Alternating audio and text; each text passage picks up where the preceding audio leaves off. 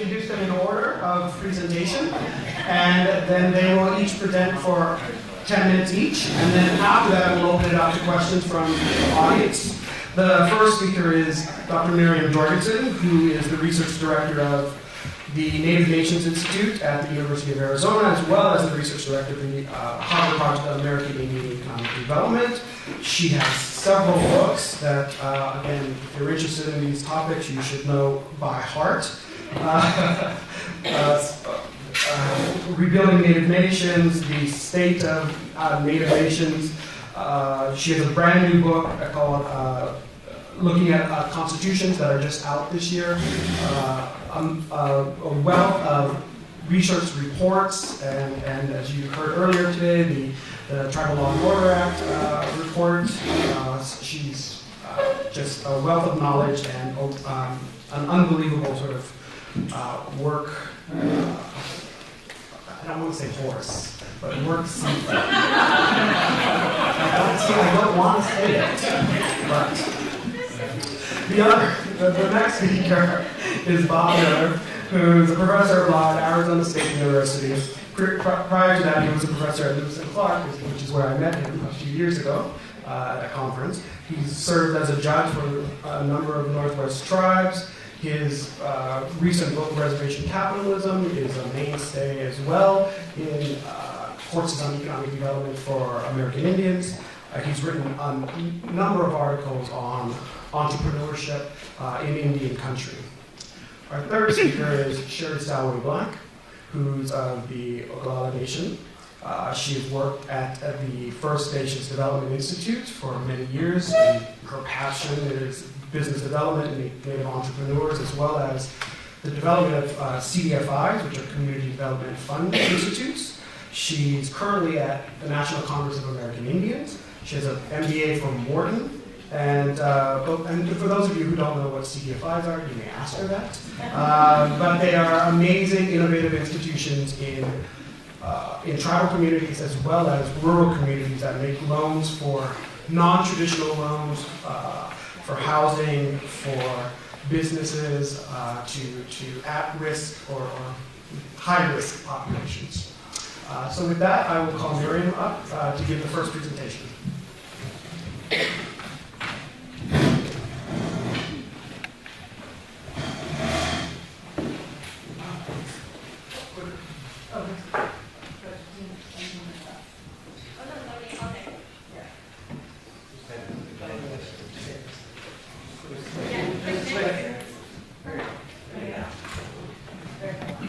So who's timing? Who should I be looking for? Thank you.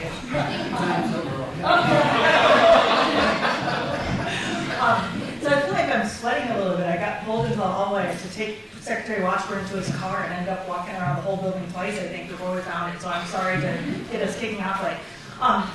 The previous presenters kind of guilted me into having slides, so in the last session I was desperately trying to put some together because Randy assured us that this was conversational, that this was a chance to just kind of talk about some of the things that we felt were out there at the sort of cutting edge, where there were opportunities for research, opportunities to influence policy, opportunities for students and other researchers to move forward and think about some really critical issues. So some of you who I was having breakfast with will recognize some of these topics that I was getting passionate about this morning. But I've just thought of sort of three questions that are really engaging me right now that I think are interesting edges for economic development research that could really make a difference. So the first one really has to do with mortgages in Indian country. This is a debate and set of issues that's being kind of talked about in a lot of different forums. It's being talked about at a governmental forum by the federal government. It's being talked about by tribes. It's being talked about in academia, in the finance community. And one of the ways that I think people haven't framed the question precisely, although I think a few people in the field have started to frame it this way, is to say housing used to really be kind of a low-income program in Indian country, because housing, its roots in Indian country came out of the Great Society programs in many ways. There were some Indian housing programs before that, but the sort of explosion of housing programs in Indian country were really modeled on the public housing programs, and the old Indian housing programs and Indian housing authorities came out of that. Big restructuring in the 1990s through the Native American Housing Assistance and Self-Determination Act. That's one of the many pieces of self-determination and self-governance that Secretary Washburn was talking about this morning. But there needs to be now, I think, a transition, particularly because of the growing wealth in Indian country, which is one of the takeaways, again, from several of the talks that you've heard already, of thinking about housing not as a low-income program, but really transitioning it to reservations are places that are going to be where business and residences and Indian communities generate and regenerate over time and over generations. And how can the housing market on reservations reflect that? I don't think we're ever going to get away from a point where we need low-income housing programs, because just like outside of Indian country, we're going to need them. But inside Indian country, I think we increasingly need the development of the mortgage market. Work that a number of folks in the room have done, Joe Guzay, Valentina Dimitriova, and Dick Todd, and others have stressed how few mortgages there are in Indian country. And I wanted to show you a little bit of additional data. This is data from the HUD 184 loan program. And it shows the annual number of mortgages issued under 184 over time. And while the numbers are increasing, that's impressive, you still don't have a huge number of private sector mortgages under the HUD 184 loan guarantee program really taking place on an annual basis by comparison to the real housing need in Indian country. So while we've got growth, we don't have sort of substantial market development. And I think a really interesting set of questions is how to generate that more mixed market. And I mean mixed market in a lot of ways. This what I call program plus market sort of setting, where you're serving large families, small families, singles, elders, sort of mixed community markets. In fact, I'll just jump back to this slide for a second. This is a picture of a planned housing development, a new urbanism community at the Winnebago tribe of Nebraska. It's called Ho-Chunk Village. And it's meant to sort of imagine reservations don't have to be sort of four roads and non-mixed use places, but places where there can be these more vibrant communities. Some of you will have seen pictures from the housing developments at Okewinge, which are also this kind of more mixed use market. But I think there's a series of questions that we need research on, policy research, and I would say deep background economic development research too, to understand how this kind of market can develop. One of the questions that comes out of this HUD program is that it was started really to provide loan guarantees so that there would be a way to get a mortgage on land that was trust land. But if you look closely at that slide, one of the things we're seeing is the black line is trust line lending and the red line is fee simple land lending. So since about 2003-04, the takeoff in lending in that program has been on fee simple land. And yet it was a program developed to really address some of the trust land issues. And there's a big debate out there that basically says, hey, we can have mortgage markets like crazy in Indian country if we just privatized all the land. But there's developing research, some done by Randy Akee, that points to the fact that maybe what the issue is we're not yet creative enough in creating financing that generates the opportunity to have mortgages without fee simple privatization of property in Indian country. Because I think there are reasons to be nervous about that, both cultural reasons and historical reasons to think that just pure privatization might not be the way to go. But that doesn't mean that there isn't a need for serious policy development and research on the kinds of policies and options and financing that might really explode this market, to really take advantage of the fact that we have a growing, sort of as a interviewee recently put it to me, a standard income sector in Indian country. I mean, I might not want to yet call it fully that there's a big middle class in Indian country, although in some reservation communities I think that's really true, in some Native nations that is true. But in most Native nations, there's both a low income and a standard income sector, and we're not serving them yet in the mortgage market. So I think there's critical research needs there in terms of sorting out how to really serve economically and financially that sector. I could talk to you a lot more about that, but I want to get on to another one. One of the early pieces of Harvard Project research, some of the stuff that Joe and Steve Cornell did early on, was to really stress the importance of institutions. And one of the institutions that they stressed was just the existence of a tribal judiciary. Some very basic econometric work done to look at, if you have a court system, what's that mean for economic outcomes for your nation? And just on average, other things equal, employment increased by 5 percentage points for nations where there was a court system. We can see the importance of court systems in other data set. Joe mentioned this timber work that I did. If you basically look at all the tribes that have contracted timber operations, so we're already looking at those that are managing their own enterprises, even those who are self-managers and getting a boost in profits from that, you can get an additional boost in your profits from your timber enterprise by having an independent judiciary. And in fact, your independent judiciary will bump up your timber profits as much as 40%. And they'll also improve the quality of your housing program. You have many fewer situations where you have uncollectible rents and places where you can't really pursue further development and investment when a court system exists. But that's really what I would call sort of gross data. It's kind of like, sort of the attacking the problem with a chainsaw rather than like a fine scalpel kind of thing. What is it about court systems now? We've proven that independence matters, the existence of court systems matters, but what more information can we tell the tribes? What other kinds of advice can we render? There's got to be a developing record that's come out of the last 20 years that shows us what other aspects of systems development matter. And I think this is an area ripe for research. So a couple of things that I proposed is that maybe the appeal structure matters. We've done some work at Native Nations Institute really recently baselining where tribes were in the decade of the 90s, and we're going to be building this up to look at where tribes were in the decade of the 2000s and the decade of the 10s. But in the around circa 1995, about 97% of large tribes, a population about 750 and above, had some kind of appeal structure, for instance, in their tribal courts, which is one of these refinements. It's not just an independent tribal court, but this tribal court with additional structure. 66% of those were standing appeals courts, a special appeals body designated by the tribal constitution or law and order code. 15% had an appeals court assembled from the collection of sitting tribal court judges, and another 19% participated in intertribal courts. So we're starting to get this depth of institutional information that might allow us to test if an appeal structure, a more formalized appeal structure, matters. What about whether or not breadth of jurisdiction matters? One of the things we've been working on lately, an emerging project we're doing with the National Indian Child Welfare Association, starts to look at this a little bit, but there's just a whole lot of other work to do. Those of you who are lawyers in the room or public policy analysts know that one of the things that tribes have done over the last 20 years, and that's a byproduct of self-governance and self-determination, is increasing their jurisdiction in lots of areas. So you're seeing tribal codes sort of go from being this thin to much fatter. In fact, here's a picture of the Navajo Nation tribal code. It's in many volumes, right? And so does the breadth of jurisdiction that a tribal court exercises have anything to do with ultimately the strength of that court and its ability to be a motivator and an incentive for positive economic development outcomes? I put some other things on this list. This is just conjecture. Some of it is more behavioral and psychological potentially rather than purely economic, but I think increasingly we know we need to test those kinds of things.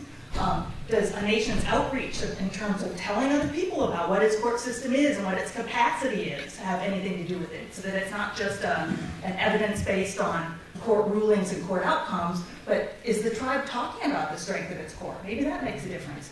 Does it make a difference whether or not the tribe has published opinions that are searchable that others can find? I mean, part of this to me is what would cause a Supreme Court justice or another court justice to not have the kind of reaction that Scalia had in Nevada versus Hicks, where he basically said, why should we ever expect anybody else to learn about tribal court systems, because they're all sort of different from one another, and beyond that they're all terrible, which was essentially what he said. And so the reality is, how can education occur? Does it occur through public opinions, published opinions? Does it occur through talking about the strength of your court? Are there other evidences of its strength and power, and how are those related to economic outcomes? So the last thing I want to touch on, and I know that Sherry's going to talk about this a little bit more, and I think it's an area for emerging economic development research, is really understanding revenue distribution programs better in Indian country. There's a lot of great literature on this topic, but I think there's there's three core questions that I can see. These aren't the only ones, of course.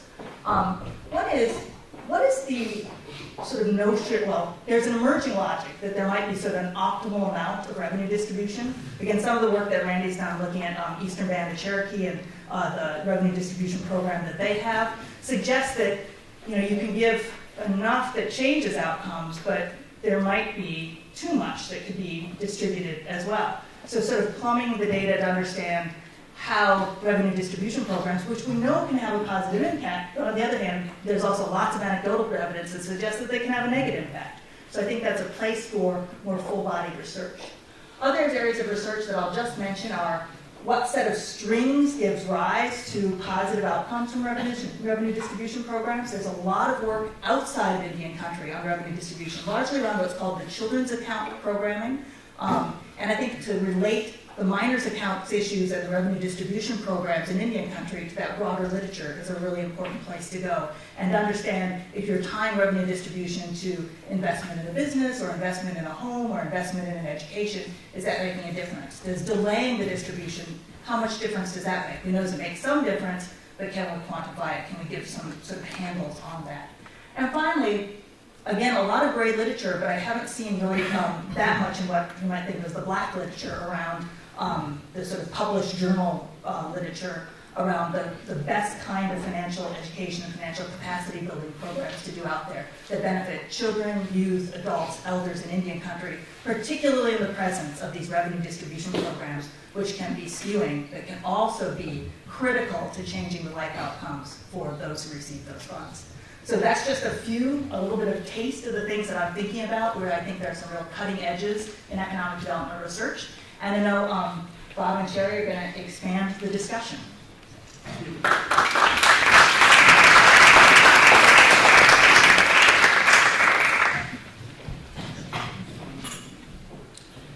I'm Bob Miller, and I'm here to talk about entrepreneurship. I must not be a very good entrepreneur, you might be saying, because I didn't bring a single copy of my book to sell you. Not even a copy to show you, so I am a failed entrepreneur, I'm afraid. Randy, you have one, of course. Okay. I want to make 4 main points, and then I'll circle back. I think I'll have about 2 minutes and 22 seconds to discuss each one of them, correct? So I have to talk really fast. I think that entrepreneurship and really talking about creating economies in Indian country is the cutting edge, it's the next wave of American Indian economic development. So I'll talk very briefly about that. A focus on entrepreneurship and private sector directly relates to creating sustainable homelands. You just heard Miriam talk a tiny bit about there's no middle-class housing in Indian country. The federal programs and tribal programs are directed at low-income housing. If we're going to create employment in Indian country, where are families going to live? How best can we perpetuate economy besides having tribal families to be able to live at home if they wish? Exactly what Chief Philip Martin said when asked if economic development hurt culture. He paused for a moment, you said, Joe, and I recite this anecdote in my book, and then he says, the families are moving home. How can that not be a plus? If our children are going to learn our languages, if our children are going to interact with elders and religious leaders, and perhaps even attend tribal schools, where better will they learn culture? Gee, I guess I'm going to use my whole 2 minutes and 20 seconds here.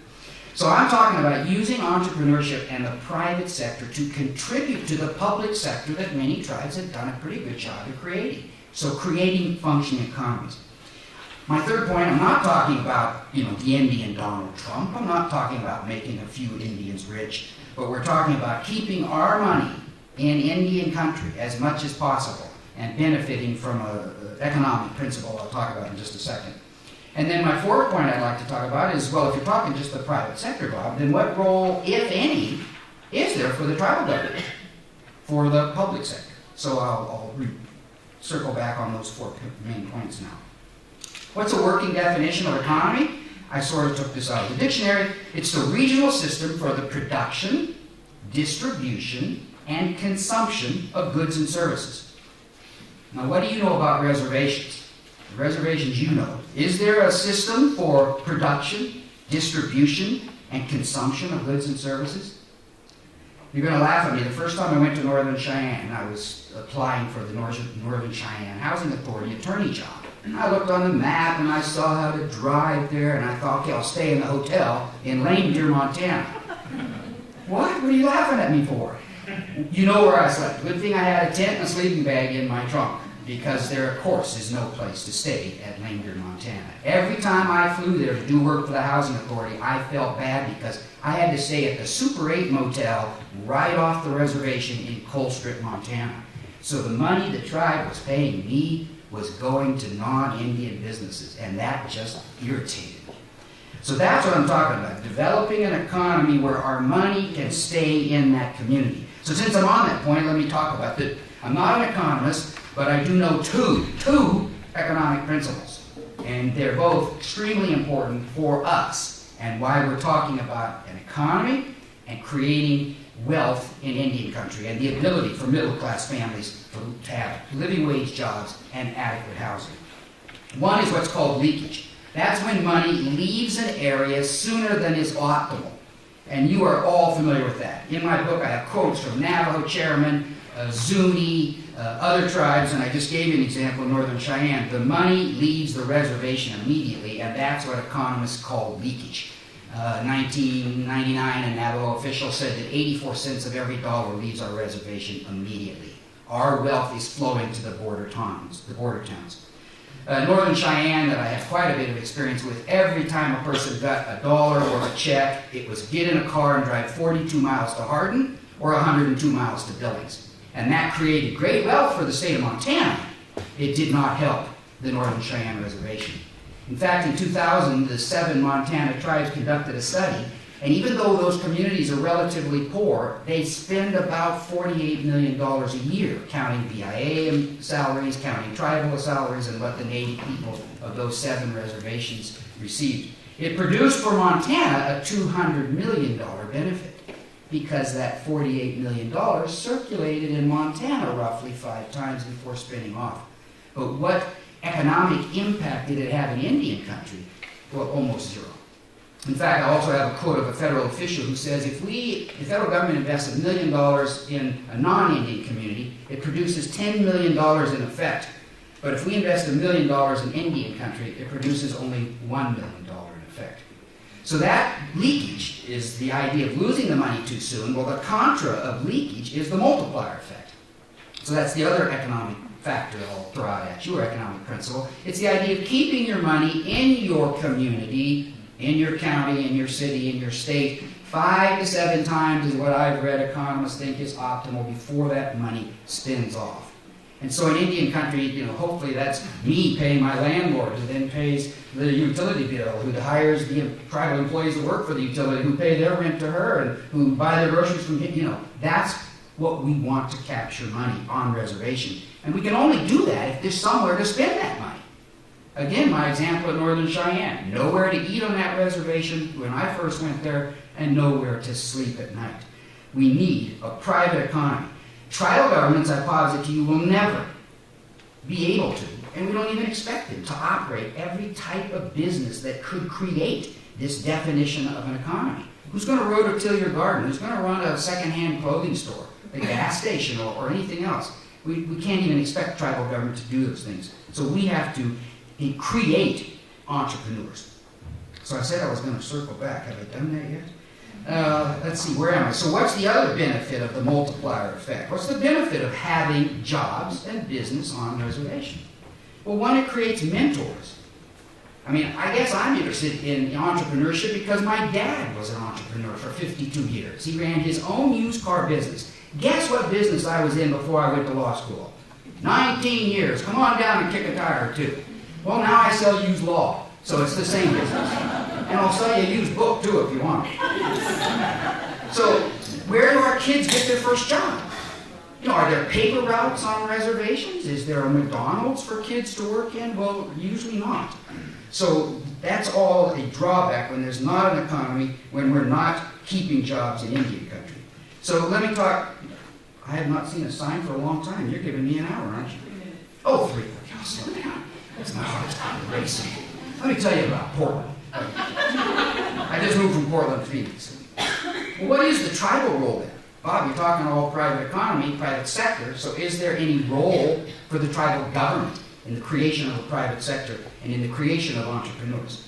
Well, of course there is. And this takes us back to the identical same findings and research of the Harvard Project.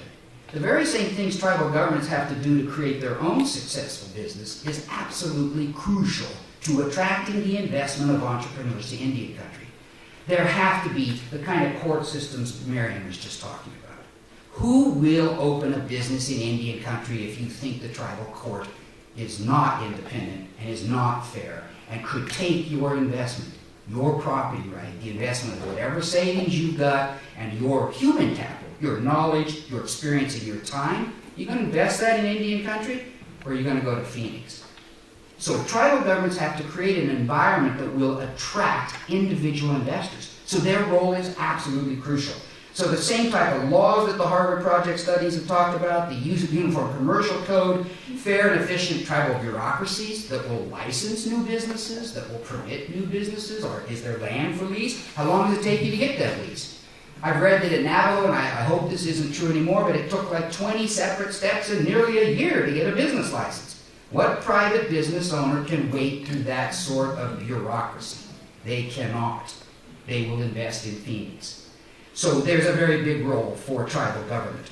Tribal government can also provide micro-lending fund, financial literacy, and entrepreneurial training. I was on the board of the Oregon Native American Business and Entrepreneurial Network, and I was on that board for 12 years. 4 Oregon tribes created Onabin in 1991 to train their own tribal citizens to draft business plans and to open businesses if at all possible. There are other groups across the country that I'm aware of, the 4 Bands Community Fund on the Cheyenne River Sioux Tribe and the Lakota Fund that works at Rosebud and Pine Ridge, providing training, providing support, providing the micro-lending that has been proven, I think, almost around the world to help these individual businesses get started. What else can tribal governments do? And I guess I'm asked to wrap up. I'm not sure if that means I have 5 more minutes or if that's the last minute. It must be the last minute, right? Can tribes be the clients of entrepreneurs? We saw earlier this morning that tribes made $27 billion in revenue and gaming last year. How much of that did they spend on Indian-owned businesses? How much did they direct that money to create a multiplier effect within their own reservation? Or do they hire off-reservation businesses? Now, I know the temptation and the reason to do that. You need a business with a track record that you can rely on. But you also have another interest, a societal, governmental interest, your own personal interest in employing your own people and seeing that your money stays in Indian country. So let me wrap up with 3 comments, I guess. The U.S. Buy Indian Act was enacted in 1908, and the current version's from 1910. It's totally discretionary. Secretary of Interior can have his or her discretion decide how much federal money to spend on Indian-owned goods and services for reservation expenditures. We should be lobbying Congress to make some percentage of that mandatory on the Secretary of Interior. The Department of Defense has a 5% set aside for minority and I think also women-owned businesses. That has done a lot of help for a lot of tribes. Why don't we require the Secretary of Interior to also spend 5% or some set amount of federal monies on Indian-owned businesses? But why aren't tribes doing that too? Why don't tribes enact buy Indian acts themselves? I drafted a model of my own, or was in the process of it, and I found out the American Indian Chamber of Commerce already has one online. So if you want one, I can get you a copy of what they drafted. Let's keep our money in our own societies, in our own reservations, and let's sustain the homeland for ourselves for that next 7 generations, for that next 1,000 years. Thank you very much.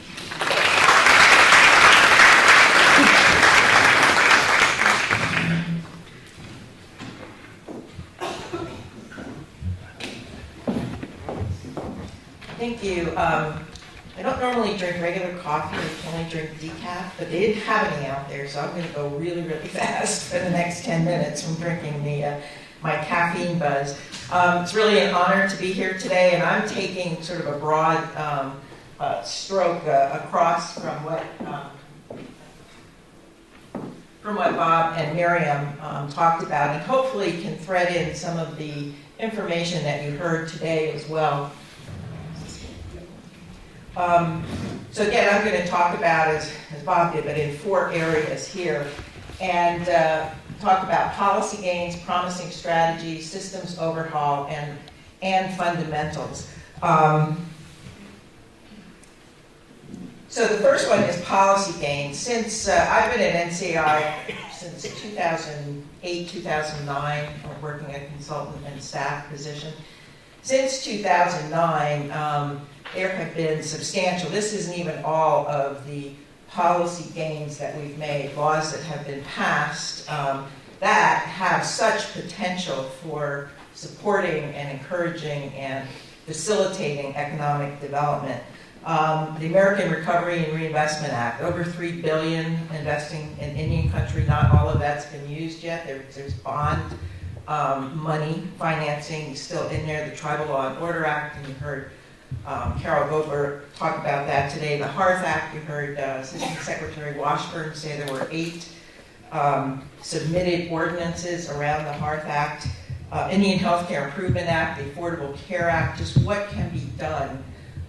They're going to have such an impact on Indian country and the way we receive our health care, what can be done economically to tie into those.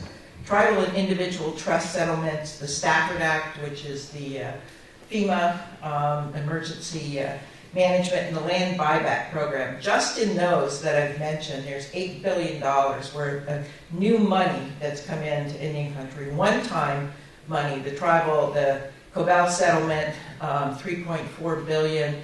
The individual trust settlements to tribes is over $1 billion already. The American Recovery Act is $3 billion. So in essence, new one-time only money. What has happened with that? What's the potential? What does it help to create? Those are the kinds of questions that we're going to talk about.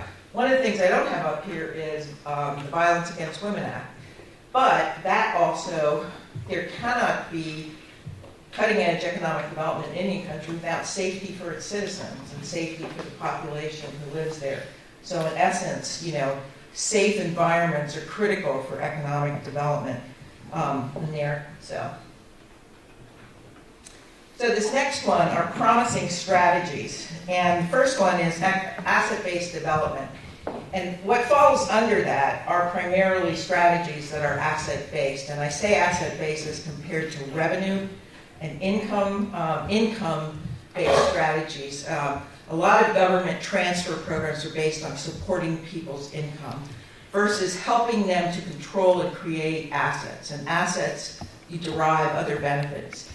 You derive income, you derive a good feeling about yourself, self-sufficiency strategies. So that's why asset-based development strategies are so important. Native CDFIs are part of that. Community Development Financial Institutions. There are 67 certified Native CDFIs in Indian country right now. They're loan funds for businesses, for housing, for land, consumer credit, a variety of different kinds of things. In the whole country, there's less than 1,000.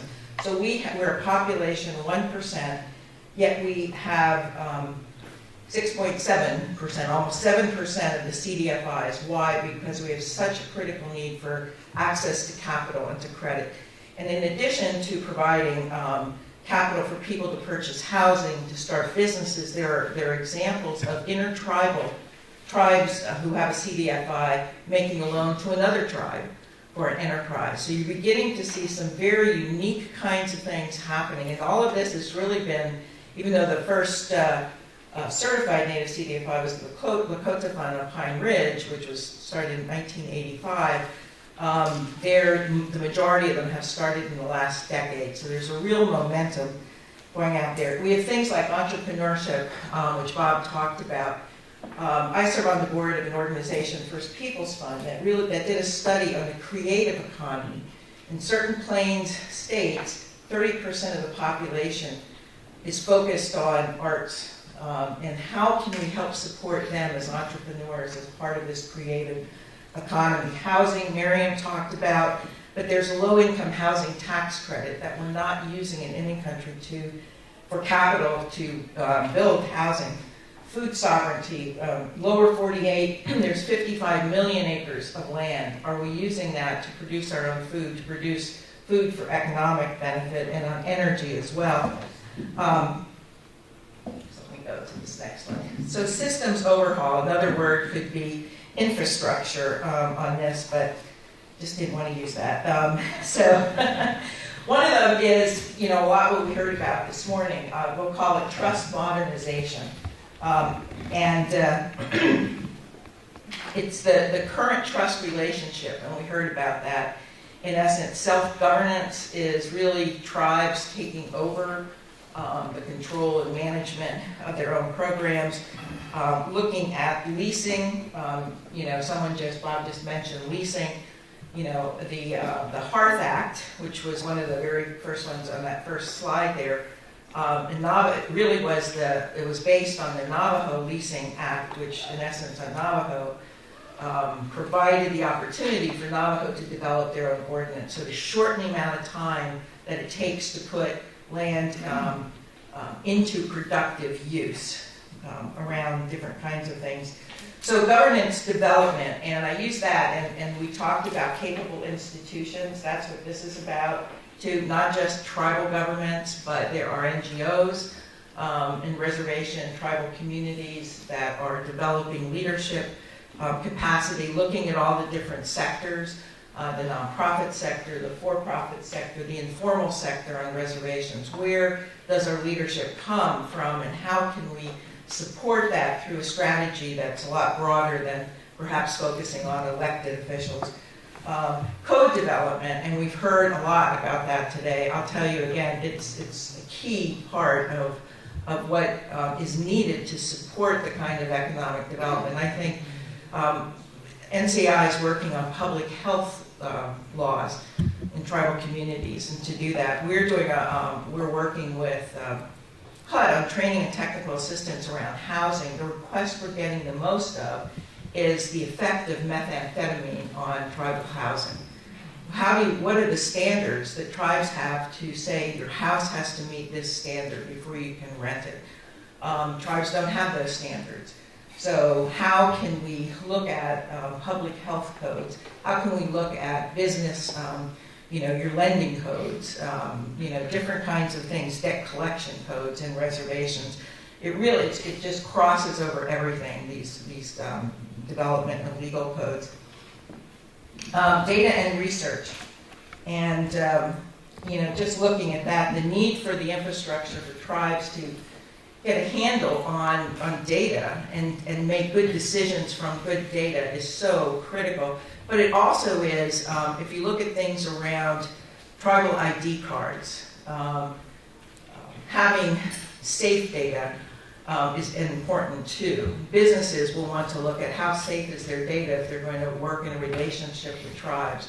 So how you govern your data, how you manage it, and you make informed decisions around data is absolutely so important as well.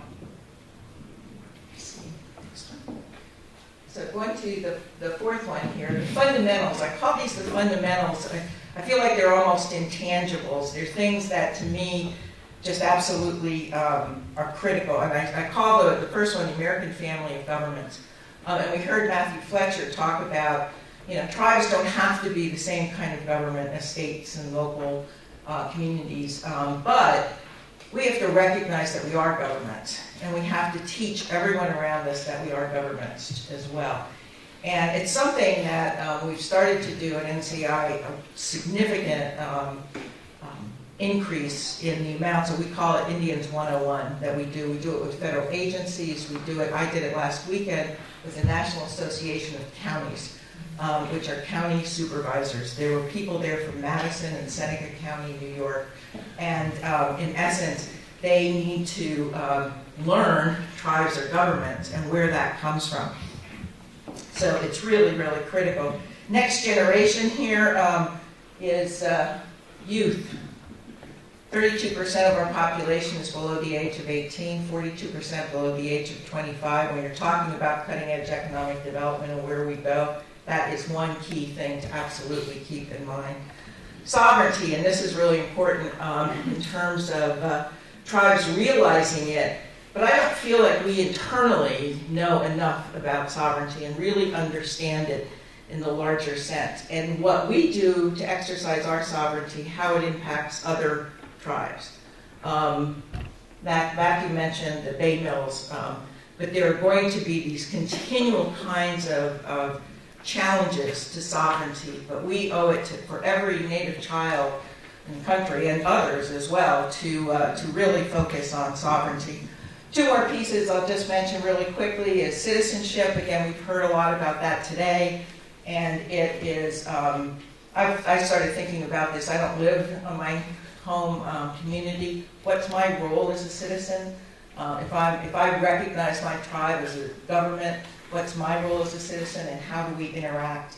And then also the cultural values and ethics around this. One of the things that looking at tribes starting businesses, individuals starting businesses, what is that value system upon which we're basing that? And I put this back up just to again remind us of the youth, where it talks about here, the 32% of natives are under the age of 18. Median age for natives on reservations is 26 compared to 37 for the total population. And then just the new image of Indian country. And this we've looked for as people understand court systems and police forces and fire departments, as government functions, in a lot of our training, we focus on those sorts of pictures. So, thank you.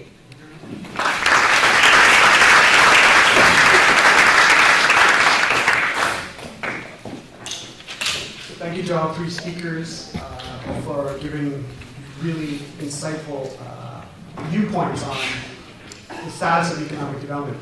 I'd really like to open it up to the audience. If you have questions for these individuals, I could go on forever and ask questions, but I thought it might be more interesting for some of you who have some burning questions that you'd like to ask. Yeah. Thank you all. Those were really wonderful presentations. My question is for Miriam and any of you that want to weigh in. In my other life, I'm a property professor, so I'm really interested in if you could go a little deeper into the examples of some of the hybrid solutions as between privatization, because we all know that securing mortgages is a big issue in Indian country, and for many people, at least in the United States, historically, wealth accumulation has come partially through home ownership. And so, we've all been on reservations where the houses are falling apart. There's a new pickup truck in the driveway, and there's reason for that because you own the truck. And in a situation with just land ownership on reservations, I'm wondering if you could talk about, because privatization just scares me to death. I feel like it's allotment version 2. So I want to hear what are some of the ideas that people are talking about. Thank you. Thanks for asking that question. And I didn't realize you were a property professor otherwise. So I have to say that what I'm doing is just reporting some anecdotes that I've heard, because again, this is I think it's a relatively unresearched area, and there may actually be people who are finance people in the room who may be able to provide additional examples. So I'll just give a couple. I think one of the great things that CDFIs in Indian country have done is that they have been able to think about, they don't have enough capital usually, and long-term enough capital to do mortgage lending. But they can work with, if you think of the old HUD program, the self-help program, which got a lot of people into home ownership. A lot of those people don't have, or families don't have the wherewithal to do home improvements. But they've certainly got the flow of income over time to take out a small loan that will allow them to do home improvements, that then builds that home up as a much more leverageable asset. Because right now it would be a low leverage asset. And what CDFIs have been doing is, and some of them that do home ownership training, might do a home ownership loan that would be small, do a lot of financial education and credit counseling along the way, report to the credit bureau, so that essentially what they're doing is preparing both the borrower and the asset for leverage. And so then they can go to a friendly bank, those are fewer and farther between sometimes in Indian country than we'd like, but collaborating with them. And I know that in northern Wisconsin, the Chippewa Valley Bank has collaborated a lot with, and I'm not going to pronounce it correctly because it's an Ojibwa word, and I'm not an Ojibwa speaker, but their local CDFI at Lac du Flambeau you know, it's something that I can't say that. I know what you mean. But so that's one thing I've heard from them. We've also heard that some CDFIs in Indian country would do, for instance, a short-term mortgage loan. They have to have a collaboration with an outside bank again, but they might do the loan for the first 3 to 5 years. And so it's kind of like a funny version of a balloon mortgage or something, where you would have this short-term loan through the CDFI because they don't have access to long-term money in general. But then once you've built up a little bit of equity of the loan and you have that record of paying back, you are then prepared to transfer that mortgage to write a new mortgage with the bank rather than with the CDFI. So those are a couple of things. I think the other thing that we don't think about very much is that there is, and the first example gets to this, there is capital in Indian country that is, we can loan against it. There's this mythology, I think, that comes out a lot of this sort of English society and sort of the tradition of John Locke and the enclosures in England that gives rise to the private property argument. But we forget that in a lot of places around the world, and a lot of places in the United States as well, what people are leveraging is not the piece of land, but they're leveraging the real estate on top of the land. So Randy's paper about Palm Springs points out how that's a real opportunity, and in a lot of places where there are these existing structures, that's mortgageable. I think a really curious question is to ask, how do you do new construction then? Well, I think this is relevant to your question a little bit, and I just learned this last week. We had a 2-day conference on economic development at ASU, and Lance Morgan from Ho Chunk Inc.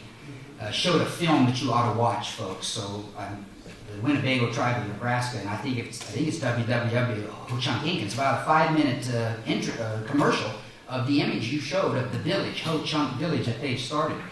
And I like what you both have mentioned. When we talk about housing in Indian country, most of it, well, of course all of it, is for low-income people. And the housing is for people and families who earn 80% of median income.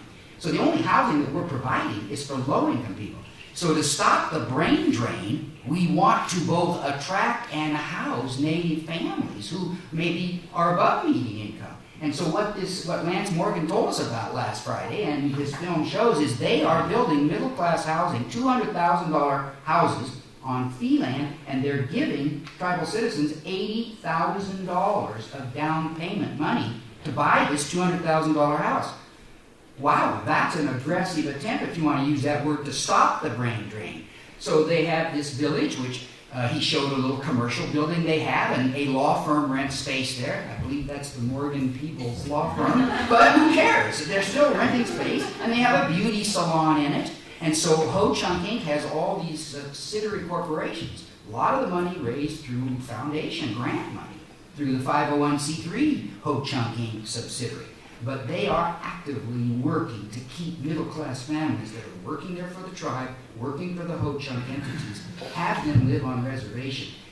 And those are fee lands. So how they work that out to avoid state taxation, they tell the homeowners, you can take this land into trust if you wish. Not a single one of those families have yet taken the home they purchased into trust. But what a novel idea. So watch that commercial.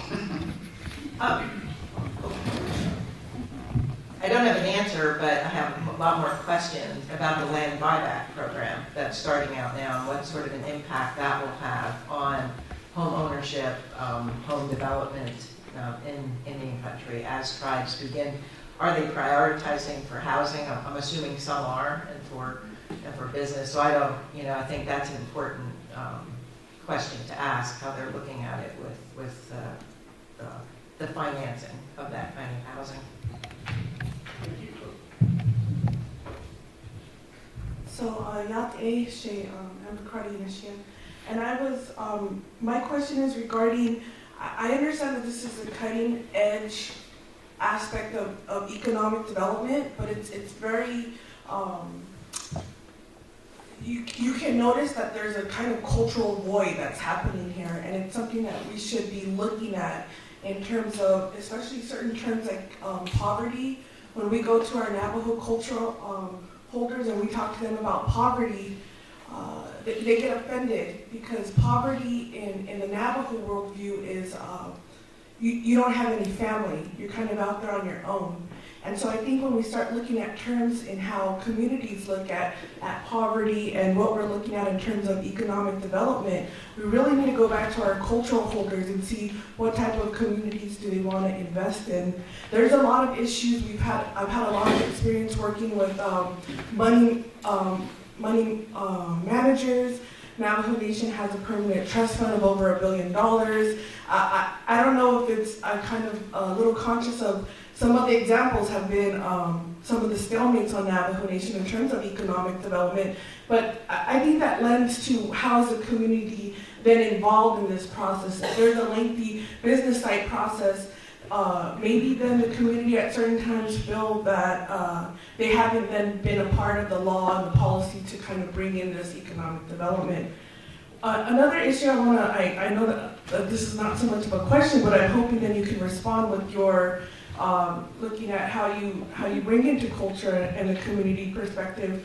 But in terms of sovereignty, I think that's a problematic phrase, and I just want to go back to if we don't know where our food comes from and we don't know that we're like how to grow corn, then we're not a sovereign people. And I think sometimes we got to go to the root of the issue in terms of this what Mr. Washburn talked about earlier.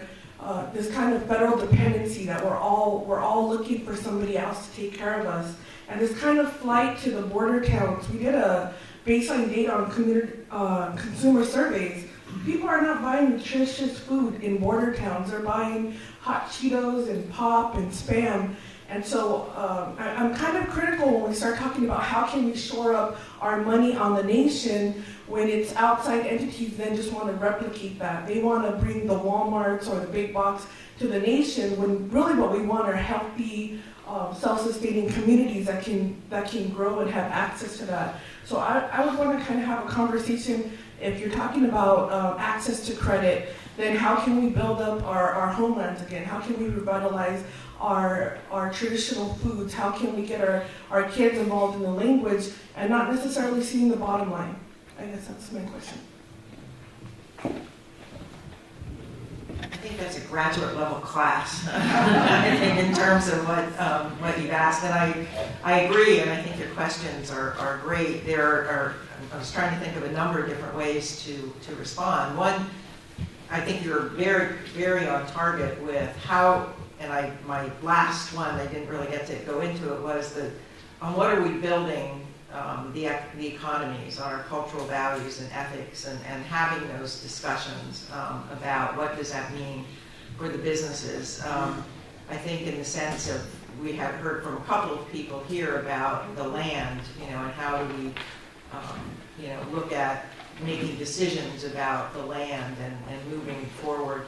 There's some work being done, financial education field, of really tying that to, it's not just financial education in the Western sense, but what is it that we know about managing resources that can be applied to different kinds of resources, whether they're financial, and how do we do that in a way that is really sensitive to our cultures.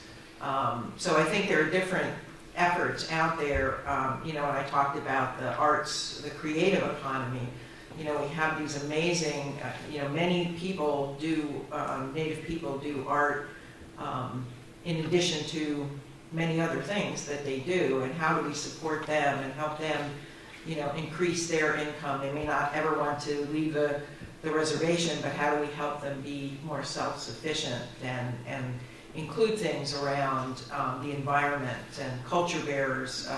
NCAI supports this Native Financial Education Coalition, and the group that got together to help us, what are the areas we really want to look at? The large percentage of folks were very interested in community well-being.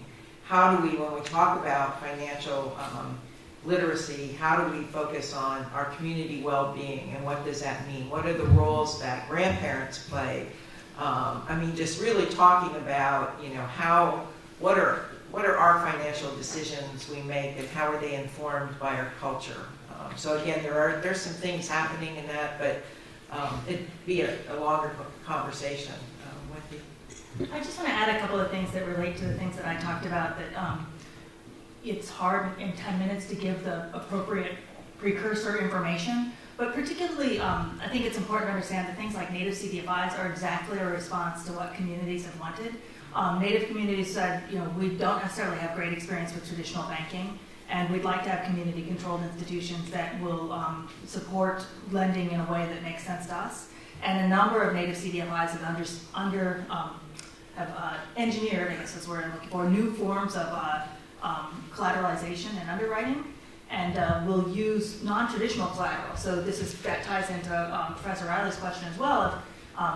We've known of cases where the loans are secured with regalia, they're secured with music collections, they're secured in ways of saying that if you can't repay the loan on this house, we're going to repossess it, but it is going to go to somebody else in your clan, so giving a clan the authority over that sort of financial transaction. So CDFIs are actually a way, Native CDFIs, or community development financial institutions, are a way to really take account of those community values and build up those assets in a way that if citizens within that nation decide to engage with the sort of mainstream credit and capital market, they can, but there is a growing option at home for ways for them to engage with an institution that seems more culturally appropriate to them.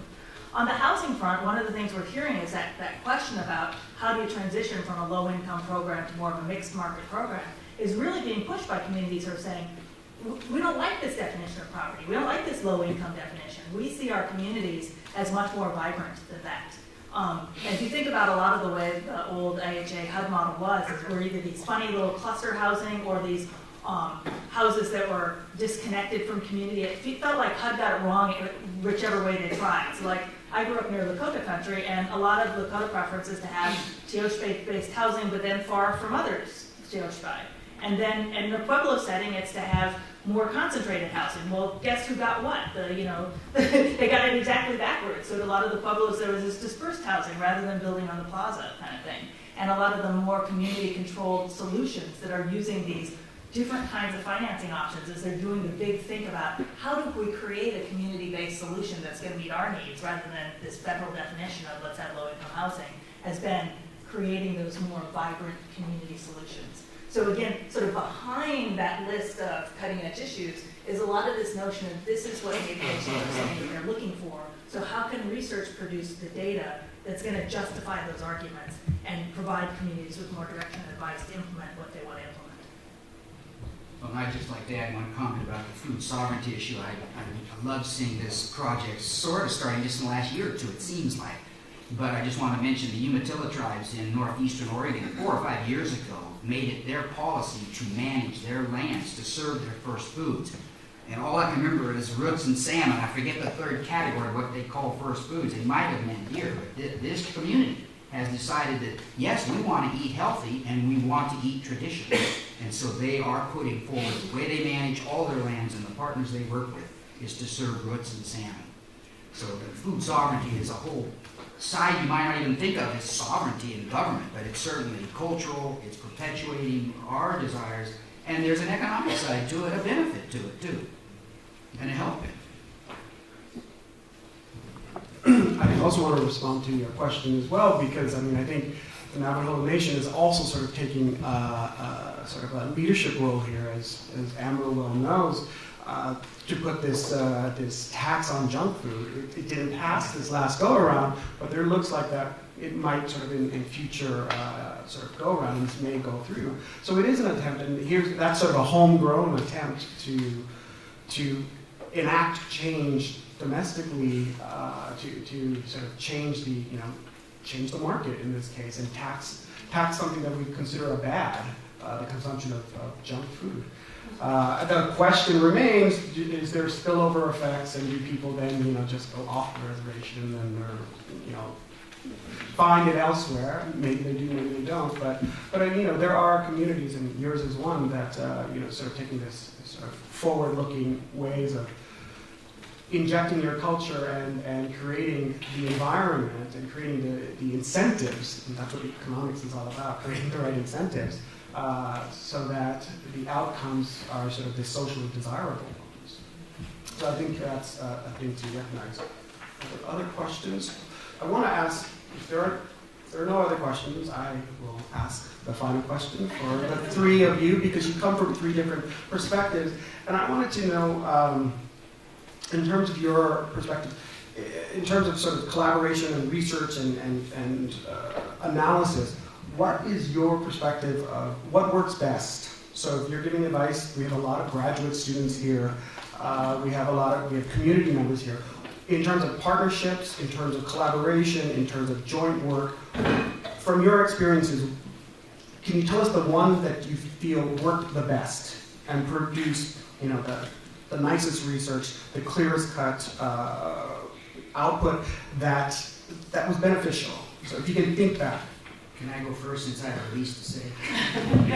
I'm not an economist, nor, I suppose, much of a researcher, but Joe did congratulate me when I asked you to give me a little blurb for my book for the one thing that I did. So I decided to study 3 tribes that I was pretty aware of as closely as I could in one chapter of my book. What are these tribes doing? Why did they decide to do it? Now, of course, I picked the most important tribe in the United States, which is the Eastern Shawnee tribe of Oklahoma, which, as you can guess, might be my tribe. And then I looked at the Umatilla tribe in northeastern Oregon that I had known a fair amount about, and the leaders. I went out, interviewed, saw things. It's interesting that the idea of fast foods came up, because I write in my book that I was in a traffic jam on the Umatilla Indian Reservation. And I wrote, there are not very often traffic jams on reservations, and especially because this one was because of economic development. They were turning modular tribal offices into a real building. They were remodeling the tribal truck stop, and a McDonald's had opened the week before. And so even in my book, I go, oh, well, McDonald's. But the idea that a nationwide franchise would open on a reservation shows some confidence in that tribal government, in the laws that are there, and somebody was willing to invest that. So I just made a pretty big deal about, I was in a traffic jam, but Joe said, thank you for getting out there and doing research. And that's exactly what you told us. That's what we have to do, right? You can't do this from the ivory tower. You've got to see what's really happening and study that. So that's about the only thing I have to say on your deep subject, or your deep question.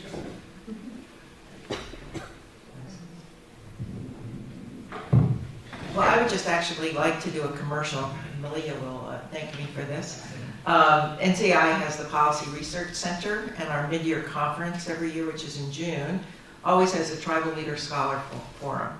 And what's important is, again, for tribal leaders to have the best information possible to make informed policy decisions. And so Malia Legis, who is the director of the Policy Research Center, is really making an effort to identify Native researchers and folks who are interested in doing research in Native communities and bring them together in a network.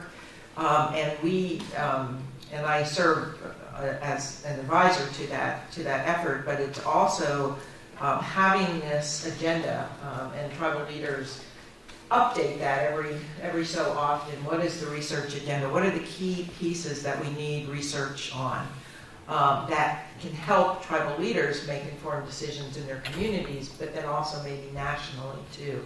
So I encourage any and all of you to contact Malia directly about that, but also think about submitting poster ideas, but also we're past the deadline right now. We just had the meeting yesterday, I did by phone, on selecting those who will be on the Tribal Leader Scholar Forum in Anchorage, Alaska in June. So it's a really great opportunity to connect with tribes directly. It's so important. Go to nci.org and type in the Policy Research Center. I think their new website should, if it's not up right now, it will be shortly. So my comment is actually a reiteration of sort of these, that I think the thing that makes a difference the most in research is whether or not it's useful. And that's the metric that it should be judged by, is this useful to Native nations? I don't care, necessarily if it's large data set research or if it's one-on-one case research that has been done in close collaboration with a tribal nation about telling the story of a particular thing they've done. I think the key measure of your merit as a researcher and the value of the work is, have Native nations found it useful? I just want to relate two things that disturbed me recently, and I should tell you this, but these were both people I met through Randy. So one of them, I said, this is a really great presentation you've just given. I will say this is not about Indian country, but about the misnomer place. It was about some research done in India. And the research, I said, this is great, so what happened next? The findings that you have about this education program are fabulous. And he said, I don't care, and I don't know, because I got the paper published. An economist. Another economist said to me, I said, this is really interesting what you're doing. Have you reported it out to Native nations? And he says, no, what's really important in my field is showing that I can do the methodologies of economics and get published, so it doesn't really matter, the rest of it. And I thought, that's really sad, because this is potentially incredibly useful information, but you're not, and he generously said, well, if you want to talk about it, that's great, but I don't feel that responsibility. And I was thinking, that's great, you've created something useful, but you haven't taken it that next step. And so I think that it is really critical to see forums like the Tribal Leader Scholar Forum and to generate results that can be used by tribal communities in their quest to meet their own self-defined goals. Okay. With that, join me in giving a round of applause.